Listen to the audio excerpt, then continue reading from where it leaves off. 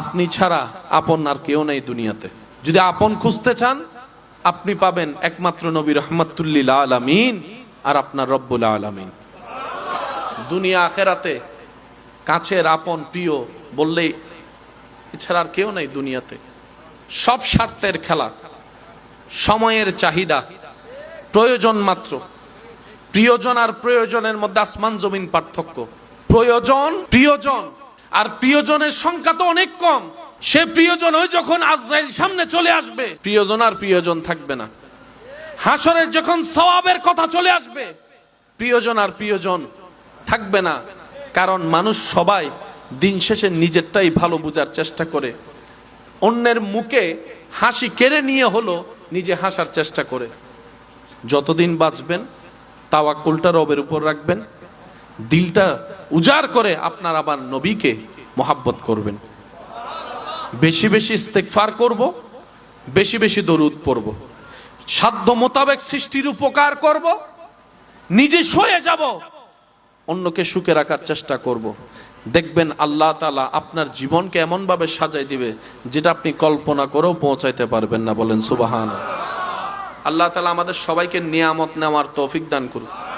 আর একটু জোরে বলেন, আর একটু জোরে বলেন। এবার আসেন আমার প্রিয় ভাইয়েরা, রিজিকের মালিক কে?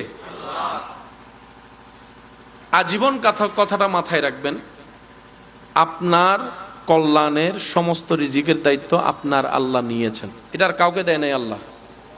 বাপ, চাচা, জেঠা, কাকা, মামা, চাচা, ভাই, বোন, বন্ধু কাউকে দেয় নাই। আল্লাহ তাআলা বলে সূরা হুদে, প্রাণী জগতের সমস্ত প্রাণী রিজিকের দায়িত্ব আমি আল্লাহর।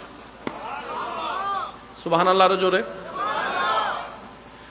তো রিজিকের দায়িত্ব যেহেতু আল্লাহর, তার মানে আপনার টেনশন 100%ই শেষ।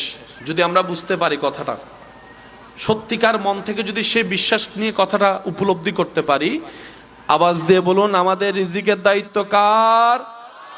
আর একটু জোরে বলেন, কার? রব বলে যে দায়িত্ব আমার, টেনশন তোদের নাই। তো আল্লাহ আমাদের কাজ কি? রব বলে যে সততার সাথে পরিশ্রম করো, বিনয়ী মন নিয়ে দোয়া করো। কয়টা কাজ?